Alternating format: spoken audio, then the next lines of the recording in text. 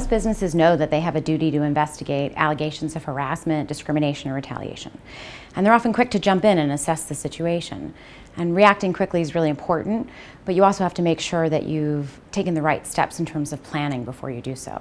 So the two best practice tips I have on conducting investigations actually occur way before you even speak to anybody. So the first one is making sure you select the right investigator. That's really critical.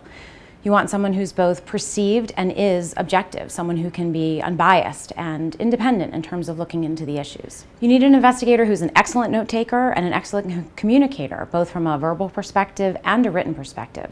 That's because most investigations require written reports at the end, and if there's a lawsuit that follows, that report is often exhibit number 1. And although it doesn't happen frequently, investigators can be witnesses in court cases, and so you want to make sure that they come across as both poised and professional. It's really important not to just jump into an investigation. You often only have one shot at getting the information you need from people that you're interviewing. So the other best practice tip that I have with respect to conducting investigations in the planning stage is to actually do that, plan thoroughly. That means read the complaint, review any applicable documents you need to ahead of time.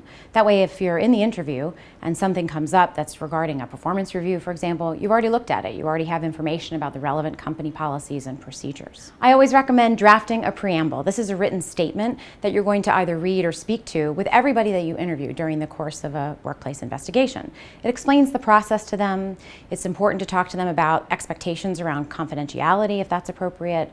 You also can make sure they're aware that the company doesn't tolerate retaliation.